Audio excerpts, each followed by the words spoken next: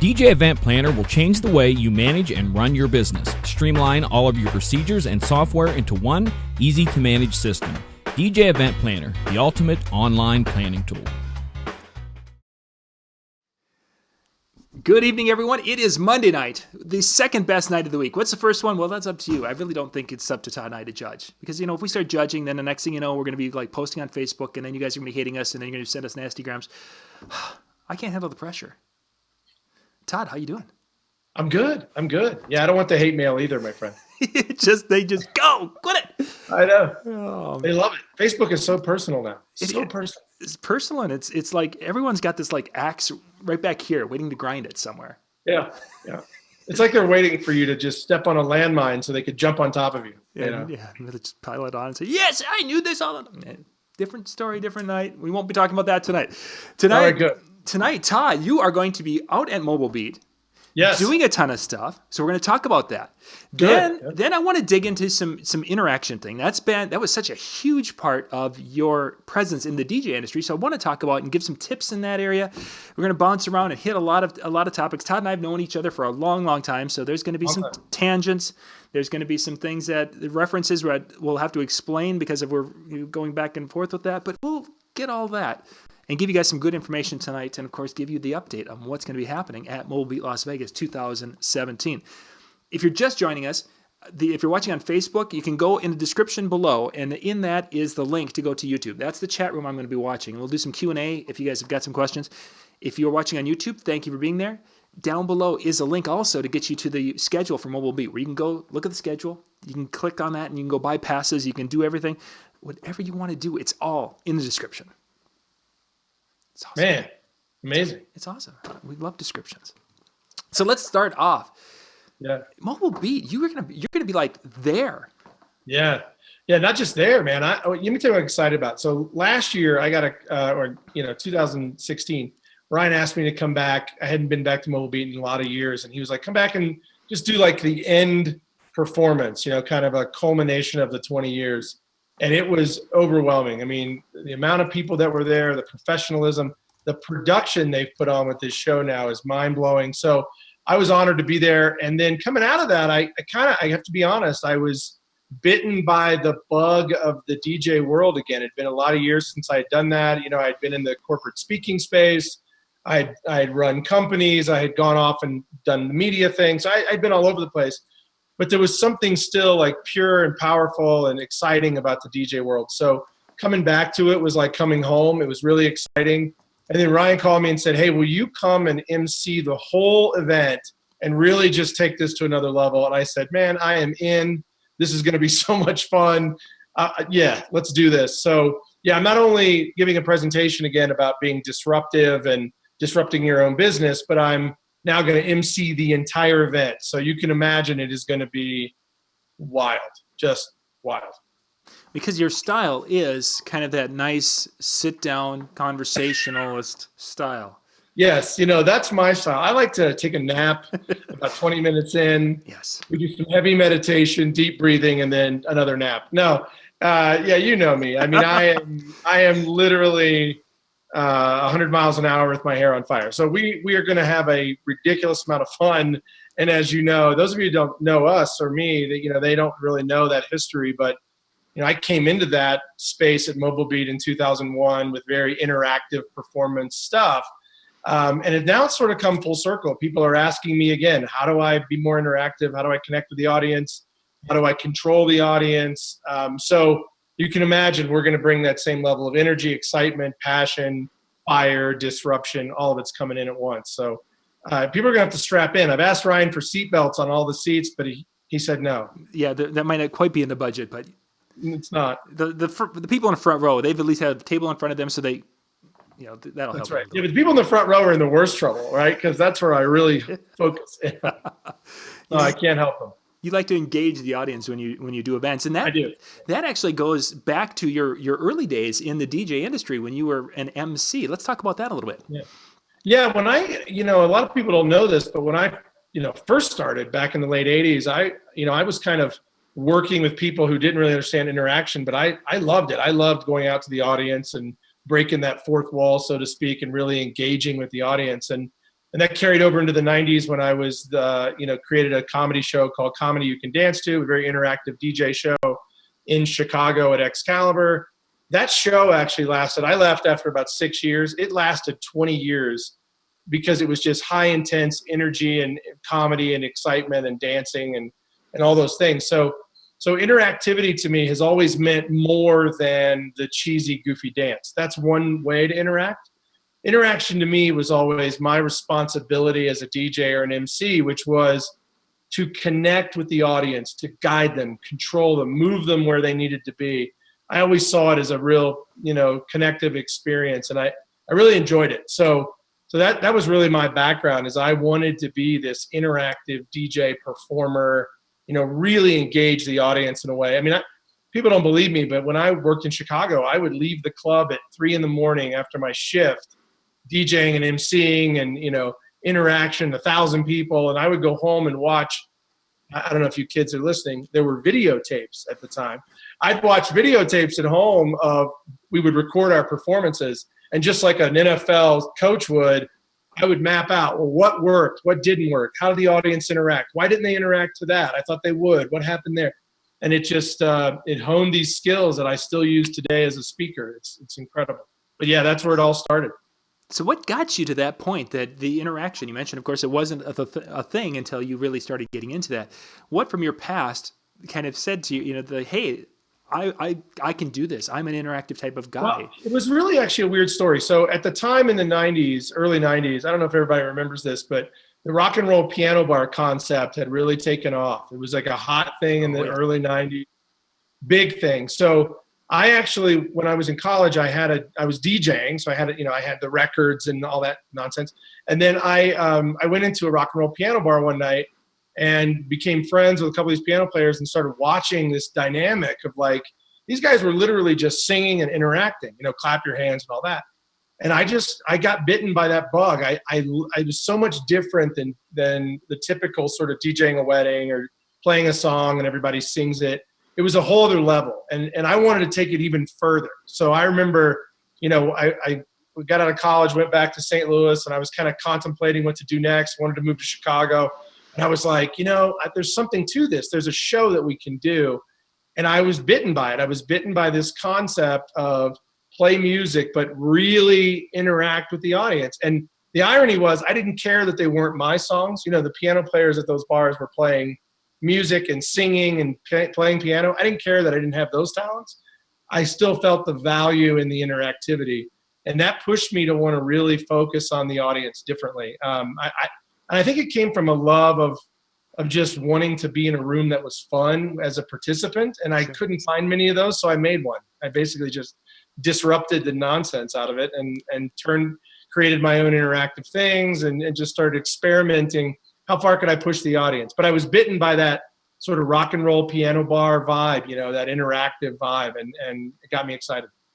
So were you doing any kind of any training and such? I mean, you went to watch the piano bar, you were developing it. Was it more of a trial and error thing, as you alluded to earlier with the video? Back then, people don't realize what was going on back then. Back then in the 90s, we didn't have the internet, 91, 92, no internet, no cell phones, unless you were a drug dealer or a doctor. So, everyone had a pager, right? I mean, so you really didn't have the ability to go out and look at what other people were doing like we can now. I think it's created kind of this lazy culture. We can get into that in a minute, but you really had to have your own idea, experiment, which was a really important part of this, and then go off and try these things and see what would happen. And so that was one of the most creative times of my life, because I remember no one else thought it was going to work. Even the other DJs I worked with at Excalibur were like, you're crazy. This is never going to.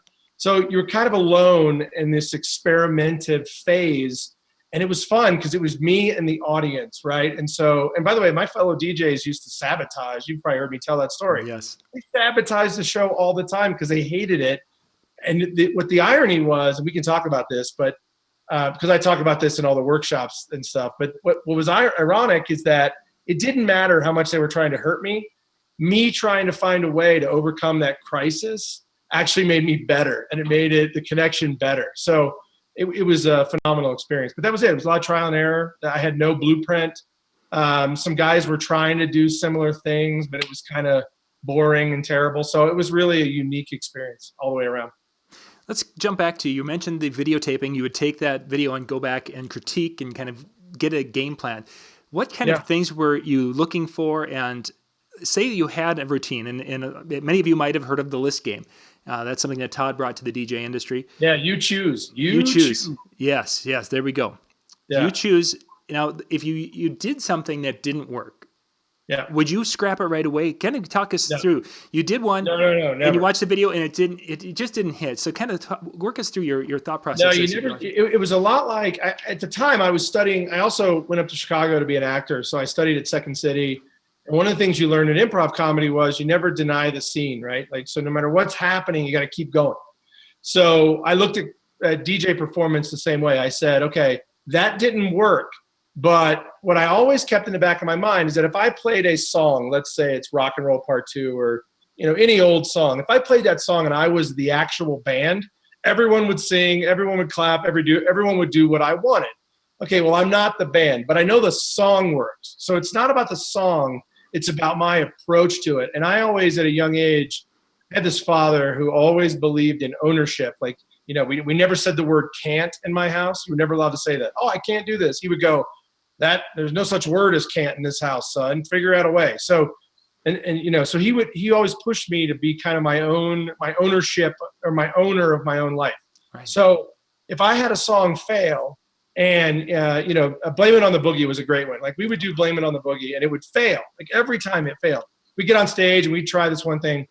And actually, I just kept pushing it. I said, well, why is it failing? Why is it not working? And I started watching, like, I'd go to concerts and I'd watch a band. And I would go, oh, a band is very specific about when it wants you to sing, when it wants you to interact. Whether they do that on purpose or not, it's inadvertently done because of the way they're playing music, right? So I focused on that. I was like, okay, if I want the audience to do something, I'm going to have to set them up and tell them what I want them to do. I can't just walk on stage and wing it, because it's not my band. It's not my music. So I've got to set the audience up and pretend like I'm just one of them at a party, and we're just having fun, and I'm just the leader of the party, and we're having a good time. So if something failed, I blamed it on myself, not on the routine or the music or the audience. One of the things that got me in a lot of trouble, and I was, keep in mind, early 20s, so I was feisty. And I would say to people, I remember saying this from like the first week I did this, I'm like, look, there are no bad audiences. They're just lazy performers. Now, nobody liked that. So all the guys I worked with were like, I'm sorry, man, we've been here 4 years, But then what I learned was that statement is true. I just had to modify it to say there are no bad audiences. There are just performers and speakers and people who don't understand how to connect. That's the key. Now, it's not as aggressive as when I was younger, but it's more truthful, and people actually listen to it now. So if I say to you, hey, if you get on stage and you're talking to an audience and they're not paying attention to you, technically that's your fault, not theirs. I know there are hard audiences, but that's an excuse. Like, find a way to connect. I mean, I've given presentations in the corporate world to like astrophysicists. I'm not an astrophysicist. And so I have to connect with that audience to get them to learn something, just the same way I would connect with someone at a wedding. I just have to explore new ideas and try new things. So that's what I did. It was a lot of experimentation and a lot of risk taking, but it all worked out. Very nice. I want to get into, you mentioned the connecting with an audience and getting the attention of the audience. I want to talk about that. And then, let's just jump right into that, and then we'll bounce back to where we were before. That's a struggle for a lot of DJs, especially when we're down to that dinner time and we're trying to make announcements and things. Yeah. And you've talked about that in many of your presentations over the years, about getting that attention and getting that focal point. Can you talk a little bit about that? Yeah. So every DJ that's watching this should really pay attention to this that we're going to talk about right now, because this is critical in any event you're in. A lot of DJs get set up. I mean, you've done it. I've been in this situation where your DJ booth is somewhere way in the back, right? It's over by some obscure bathroom area behind a pillar.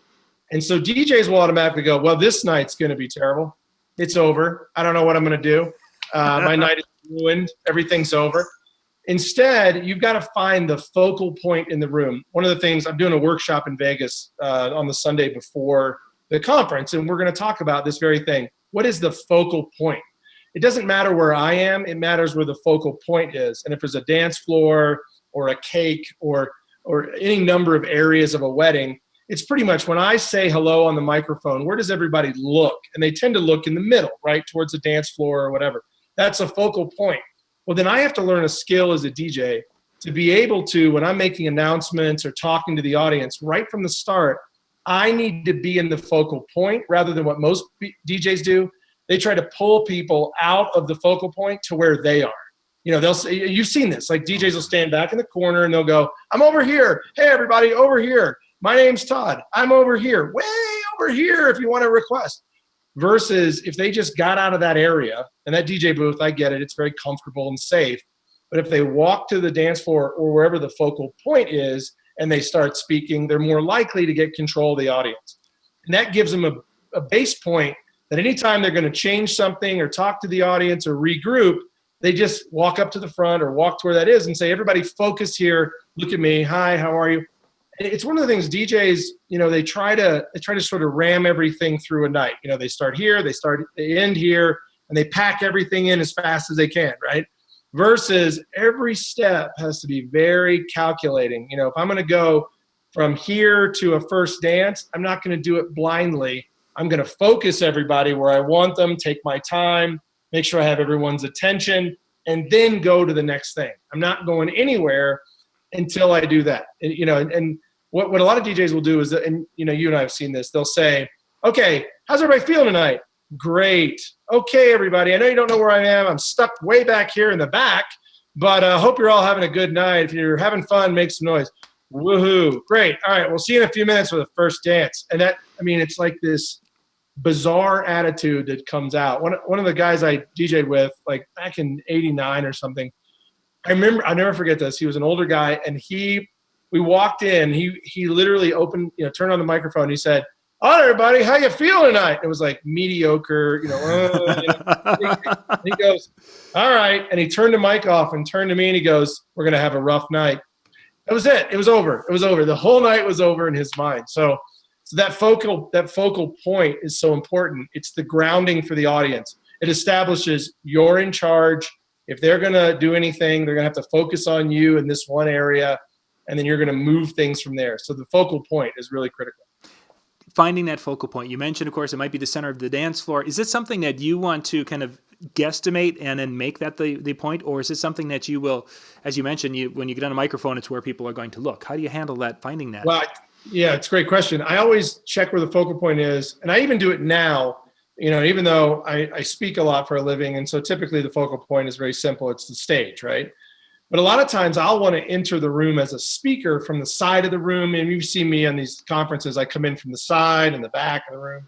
So I've got to get to the focal point, right? So if I'm DJing a wedding and let's say there's a huge dance floor in the middle of the room, and I assume that's the focal point, but if there's a cake setting about, 15 feet off the dance floor with a light on it, that actually might be the focal point for the first part of the night, and then it transitions. So what I'll do is I might hang back and say, hey, everybody, my name's Todd, and I watch just for a second where people are looking. I'm just making a generic announcement because I want to watch the audience. That was if I had to go back in time for a minute, the one thing that I did that was very different is I always watched the audience, really watched them. I mean, I cared about what I was doing and I wanted people to pay attention to me, but I was really paying attention to them. So if I said something, I would watch facial responses. I'd say, I'd watch their reaction. Did they walk away? Did they look at me? So same thing here. If I just talk on the mic for a few seconds, I can watch where people look, and then that will tell me kind of where it is. And then the next time I'll go to that spot and test it. If you got a 5-hour event, you've got a lot of time to play with this in the beginning and get it right. The key, though, John, is that you got to get it right at the beginning. You won't have time to figure it out later, so you got to figure it out at the start. And you mentioned, of course, that it can change throughout the course of the evening, which is something I think that is interesting because we think that, we found it and we're done. No. An event is like a presentation on stage, is like delivering training or something. It never stops. It's like an animal that's alive, right? So, if you had an animal, you got to feed it. Some days it's over here, some days it's over there. Same thing. An event is an animal, right? I mean, you can't ignore it and think, okay, I got it all figured out. If you're in the DJ business because you want to put on music and chill out with a cocktail while everyone dances, you're in the wrong business. You're in the wrong business because you've got to focus on the audience, right? And so if that cake is 20 feet to the right, and then all of a sudden that cake comes down after cake cutting, and now we're dancing, well, now the focal point is 20 feet to the left at the very least. And by the way, if Uncle Jeff starts dancing on a table, that's where the focal point's going to be. So you got to be flexible. You got to be dynamic. I learned that a long time ago. Just doing philosophy studies, when people would say, in these studies, they would say, "What's more flexible? The most flexible thing in the world, but yet the strongest? Water." Right. So you got to be like water. You got to be strong when you need to be, and super flexible and malleable when you need to be. And it's never about you. It's always about, what do I got to do? Where do I got to go? And what do I got to say so the audience connects? That's the critical piece. And DJs right now, I'm telling you, John, I think we've entered the age of the laziest, and I know some guys are going to be mad at me, the laziest club DJing world I have ever seen in my lifetime. And I'm not nostalgic for records in any way. They were a heavy, clunky mess. I'm happy we have digital technology, but I have watched some of the most famous DJs stand on stage and fake their way through the entire performance. Just fake it. Just make it up.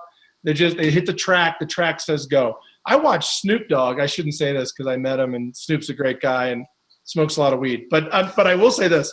He performed in Aspen 2 years ago when I was there, and he literally had an iPod that he plugged in and hit play and then just smoked weed all night. He never DJed. He didn't DJ one time. That's what I'm saying. We've entered this technological age, which has a double edge of laziness. So back to your original question, you've got to be flexible, and you got to realize, to do this well, you've got to focus. You've got to focus. Yeah, that's such a huge part of that, catching and grabbing a room. You talked a little bit earlier about the focal point and starting there. Now, in some of the seminars you've talked about, you brought a ball. I did, the focus ball. The focus ball. We're going to bring it to Vegas. Bring in the focus ball. Let's talk a little bit about the focus ball, just for those who haven't seen that, of what that is. Well, I don't think I think I have it. I was thinking. I've had one here, and this is one of the few things from the DJ industry that I have taken from my children, or taken and told my children. So the focus ball is this. It's basically, and I'll do this in the workshop on that Sunday before the conference, but I'll have a ball and I'll say, look, until you realize that the focus in a room is a tangible thing, you will not be able to control it. And so what I'll do is I'll put DJs through a gauntlet. We call it the gauntlet. They'll get on stage with me, and I'll say, look, just do a grand entrance like you would normally do, announce the bride and groom and say hello to the room and whatever. And the minute they do that, I walk up and I go, now this ball in your hand is the focus of the room. You now have the focus, okay? And then I'll walk up and grab the ball and sit back down at the table and go, be quiet, play some music. And they're like, why are you doing that to me? I go, because I just took the focus because it's a real thing. And if you don't come out here and figure out how to take it back, I'm going to own it. So that difficult drunk guest will take the focus from you and will not give it back. And you can't yell it away. You can't argue it away. You have to maneuver it away. That's the only way you get it. And so you've got to figure out how to move that ball. So, for example, if I'm standing here and I want you guys to focus at that window, I'll take the ball in the class and I'll go, okay, hi, everybody. My name's Todd. Welcome to the wedding. It's going to be a great night tonight. Now, in a few minutes, coming through those windows, and I'll take the ball and I have the DJ literally move it to the windows. And I'll go, through those windows will come the bride and groom. Now, everyone look at the windows. You see the windows, focus there. Now, when I say their names again, they will come through those windows, bursting in. It's going to be very messy and it's going to be exciting. And then we'll all make a lot of noise. Now, see, I'm controlling the focus. So I make the DJs hold the ball. And every time they say they want me to look somewhere, they've got to move the ball. And then they've got to move it back. And then they've got to move it. And then I'll have other DJs in the class, and we're going to have a lot of people at this workshop. I'll have them grab the ball, walk up and grab it out of their hand and start screaming at them like, it's just play some music. I want to dance. And then I'll go, now, what are you going to do? And then 9 out of 10 times, the first time they do this, they freeze. They just go, I don't know what to do. This is what I'm always in. I deal with this all the time. We'll walk over and start talking to this person and get that ball back. You've got to get that ball back. So I use that ball, that red ball, as a focus ball, and it's a critical component. Critical. Yeah, But it makes it tangible, right? It makes it real. Does. It does. I love that when it was bouncing around the room, and that's the best way to describe it. I was throwing it around, right? Yeah. Exactly. It really drove home that point of how that focus can change and how, as you say, it can be taken from you. Yeah, and you know what too, John, is that we act like, whether you're DJing or speaking or whatever, it's like we pretend that we're victims of the audience, right? Yes. We go, tough crowd. That one drunk guy drove me crazy. I got upset. So we because we don't realize these things are tangible, like focus and like controlling the room. We just think it's luck. I hope I have a good night tonight. So what happens is then we are victimized by it. And so using that ball reminds the DJ you're in control. No one else is in control unless you give it over. If I give you the focus, I go, oh, forget it, John. And I hand the ball to you. Well, now you're in control, but I gave that to you. It was a choice. So not only do I make it tangible, I say, look, it's not just a real thing and you need to focus on the focus, but it is no longer out of your control, is it? And the DJ always goes, oh my gosh, I never thought of it that way. I'm in control of this. This is mine. Yeah, it's yours. Now, what are you going to do with it? You're going to just let it drop and let grandma pick it up and walk over there, or are you going to do something? That's the key. Great stuff, Todd. Great stuff. I want to talk crowd response. One of the things you talked about is that when you are engaging the crowd, you want a response, and you want a response at a level. Yeah. Let's talk about that. When you are getting a response from a crowd and it's not where you want it to be. So again, and you touched on something great. We're going to talk about this throughout the conference. We're going to talk, by the way, one of the things I should bring up is that while I'm emceeing the entire event, when I see ways to enhance the learning, I will drop in my own learning throughout in between the different sessions and things. And one of the things you'll hear me talk about is that idea that I want to test the audience, right? But most DJs, and they still do it. I can't believe this, right? They walk in and they go, how's everybody feeling tonight? And then they don't get the response they want. So what do? Now, do you think they reset and think to themselves, gosh, I wonder why that didn't work. I better try that a different way. No, they do it the same way 3 more times. I said, how's everybody feeling? So what I learned from that is that it's a Q&A that you should never have. And I learned this back in the 90s. So I practiced this. I could not figure out why when I walked on a stage full of drunk people at a nightclub and I said, how's everybody feeling? Why did not everyone just go crazy? Well, A, I didn't have their focus. B, I didn't tell them exactly what I wanted them to do. And C, they're drunk. They're not paying attention anyway. So then I changed it and I said, no, the response I want is I want them to make noise. So think about that. If you're DJing, what do you want? You want them to make noise. That's what you want, right? That's the win.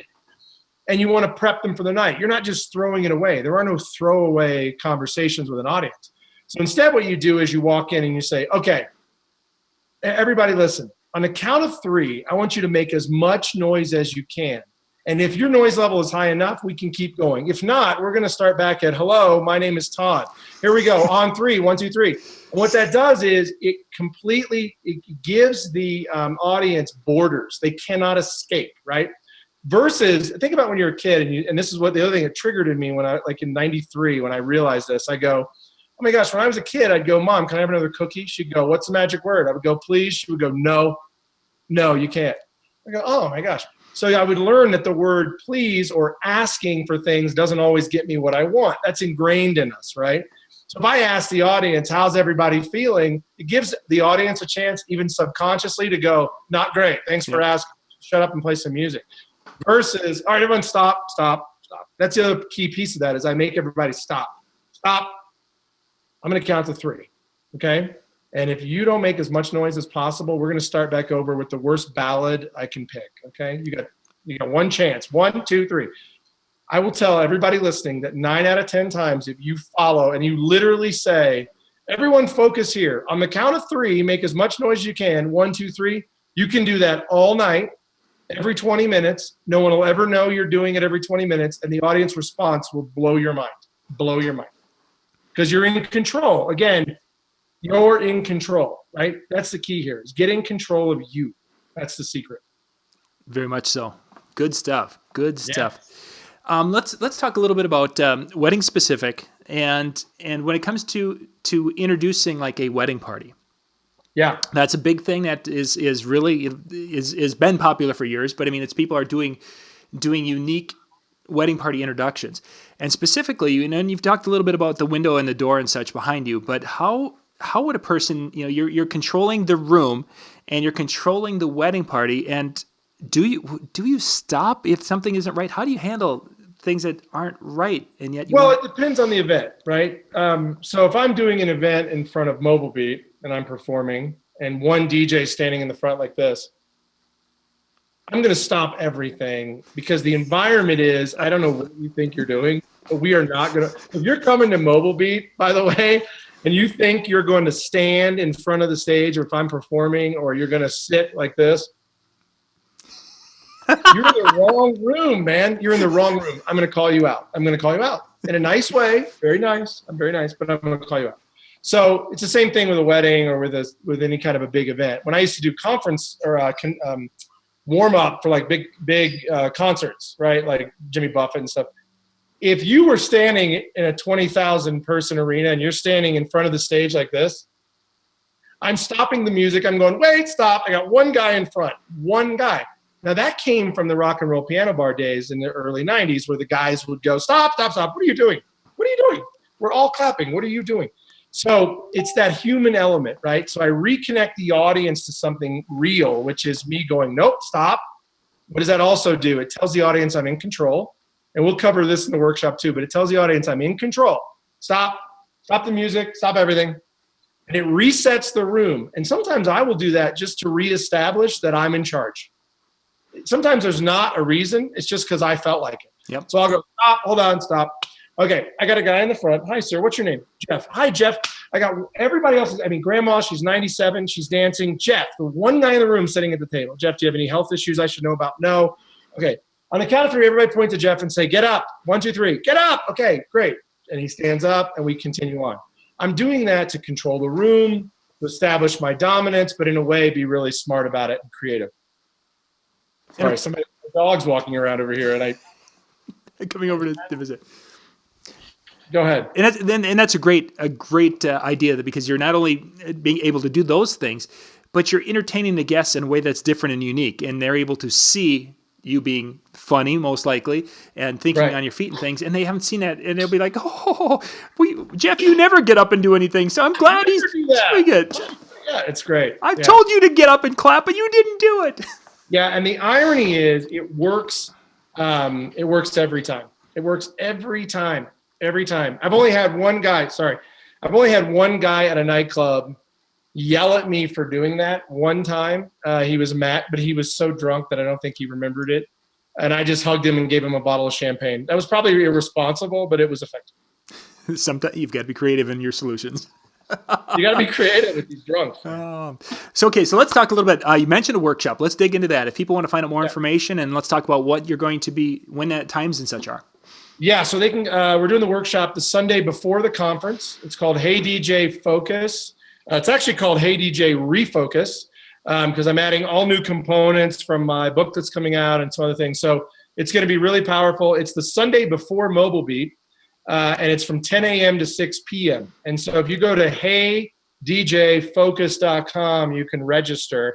And it's a 6-hour deal. We're going to hold up to 120 people. The first few people that register will be the ones we use on stage. And I'll send all this to you so you can send it out to everybody. Yeah, but it is going to be a powerful time right before that conference starts. So anybody who can make it, it's 10 a.m. I did that in case people flew in that morning. But it will be unmistakably powerful. And people will get a chance really to go to a whole other level. And I've seen you do the Hey DJ Focus seminar that you did at some of the conferences. Yeah. And for those of you who are like, if I'm not on stage, I'm not going to learn anything. I watched Todd work with some people on this, and you learn as he's teaching them and he's walking them through their different process and asking questions. The learning is fabulous. Good stuff. So then you'll be emceeing throughout the event, and as you say, doing teaching and demonstrating a lot of really cool, and that's the best way to describe it, really cool ways of working a crowd, gang. So you definitely don't want to miss that. You don't want to miss that, yeah. And then you'll be wrapping it up, I believe, on Thursday. You're on Thursday, yes? I'm on Thursday, wrapping it up. Yeah. And what are you going to be speaking? Hey, I'm going to move everybody around because I just realized my computer's dying. Don't be mad at me, John. I'm so sorry. That's okay.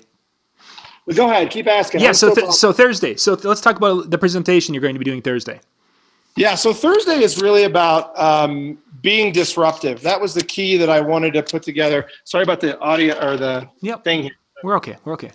Thursday is about being disruptive. So this is the concept of, as a performer, by the way, now we're sitting on my pool table. You like that? Hey, nice. Yeah, I like to change the mood. It's like a real television Exactly. show. Our focal point has changed. Part of the presentation I used to do called Use It, where you just go with whatever's happening. I'm using the pool table to change settings so your audience is intrigued and excited. That is seeing the house, which is good. That is thoughtful. Yeah, so that presentation is going to be about really last year I talked about disrupting your business. This year I'm going to the next level. I'm applying that and talking about, okay, how do I take all the things that I've learned at this conference and actually do something with it? A lot of people will learn and learn and learn, but then they go home and they just do the same old stuff. So it's really about, it's like disruption too. It's like going to the next level. And how do I, interact better, connect with the audience better, connect with my own business better. And it's a lot more work this time, but fun, where you're actually applying this to your work and life and saying, okay, here are the 5 things I'm going to do differently immediately. And there's a lot more interactivity this time. It's going to be a lot of fun.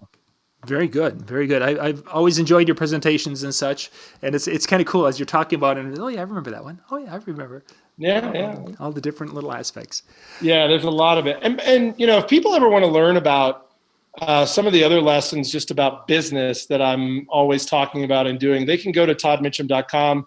I have webinars every week that are free. There's a lot of good content there, and people can access it anytime and learn. We did a Use It webinar a few weeks ago. We did Reboot Your Business, Reboot Your Team Without Firing Everyone. That was a really funny one. People loved. So just, we've got one coming up this Wednesday, which is about how to hire the first time the right way, so you don't have to keep rehiring and rehiring. We call it the test. It's really cool. So one of the things I love about this conference is the DJ world really gets to learn not only from what I've done as a performer, but from what I've done all these years in the business world, the training world. And now with the new book coming out, they just get a whole bunch of other learning that all fits into what they're doing. So I'm excited about it. And I just want everybody to know who's watching that, I've never lost my pride for being a performer and a DJ. And it's something that I talk about all the time. Those experiences are in my book. I don't want anyone to think that it's like someone like me goes and does other things and then we're sort of ashamed of DJing. No, I'm proud of it. I love it. I love, people say to me, well, how'd you learn how to talk on stage in front of 1,000 people? Oh, I DJ'd for thousands of people over my career and learned what worked and didn't work. It's a skill that most speakers don't have. Pretty much. A lot of speakers have no idea. You and I were talking about this earlier, that a lot of speakers have one piece of learning. That's what they do. That's what they teach. They don't really have this dynamic ability to perform, to entertain, to, interact with an audience. And so that leaves them kind of flatline. They got one thing they do. And if you get that, good. But if you ask them to go outside of that, they're stuck. Very much so. So thanks for letting me change the setting and not being upset with you. No, that's good. That's good. Todd, again, if people want to get in touch with you, what's the best way to contact you? The easiest way is to go to ToddMitchem.com, ToddMitchem.com, and you can fill out a form if you want to chat or what have you. And of course, you can come to the conference and be at the workshop, and then be at the conference, and we can talk a lot. I'm going to be hanging out.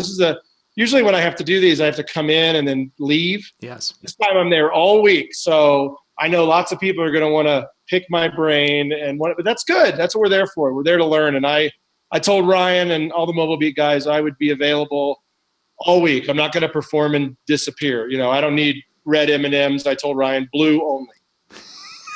Yeah, we're flexible. Blue, great. We're flexible. I don't need red. I need blue. Blue, that's great.